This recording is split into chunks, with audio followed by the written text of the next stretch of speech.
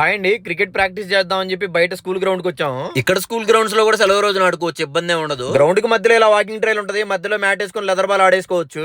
Mat తీసుకొచ్చే మా friend late గా వస్తున్నాడు, అందుకని ఈ లోపల టెన్నిస్ బాల్ ఆడదామని డిసైడ్ అయిపోయాం. బ్యాటింగ్ ఆర్డర్ కోసం చిన్ననాటి అద్భుతమైన ట్రిక్ ఒకటి వాడాను, చూడండి మీరే. చిన్నప్పుడు క్రికెట్ ఆడిన ప్రతి ఒక్కళ్ళు ఇలా నంబర్స్ వేసి బ్యాటింగ్ ఆర్డర్ డిసైడ్ చేసి ఉంటారు. అయితే నేను ఒక కామెడీ విషయం చెప్పాలి మీకు. ఇక్కడ ఇండియాలో ఉన్నప్పుడు వేరే ఊరు మ్యాచ్ కి పిలిచేవాళ్ళం. మా టీం అందరం గ్రౌండ్ కి చేరుకున్న తర్వాత వాళ్ళు వచ్చే లోపల లేట్ అవుతుంది, ఈ లోపల టెన్నిస్ బాల్ ఆడదామని నంబర్లు వేసేవాళ్ళం. నంబర్ చెప్పేవాడికి నేను 2 సార్లు గిల్లుతాను, ఫస్ట్ సారి గిల్లినప్పుడు నా పేరు చెప్పు, రెండోసారి గిల్లినప్పుడు నీ పేరు చెప్పు అనేవాడిని.